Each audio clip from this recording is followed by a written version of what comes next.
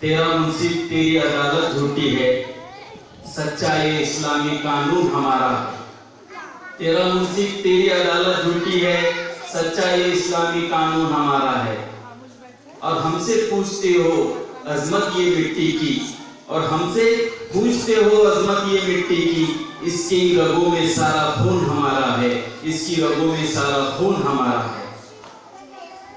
तो मोअज़्ज़िज़ सामईन इकराम, अब हम तकरीर के लिए आगे बढ़ते हुए मैं आवाज दूंगा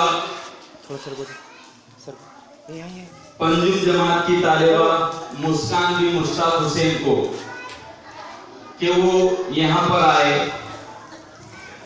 और अपनी तकरीर, बड़ी मेहनत से इस बच्चे ने इसकी कोशिश की है, उसको सराहें आप। और जो सामने ये बच्चियां बैठी हैं वो बिल्कुल खामोश रहे।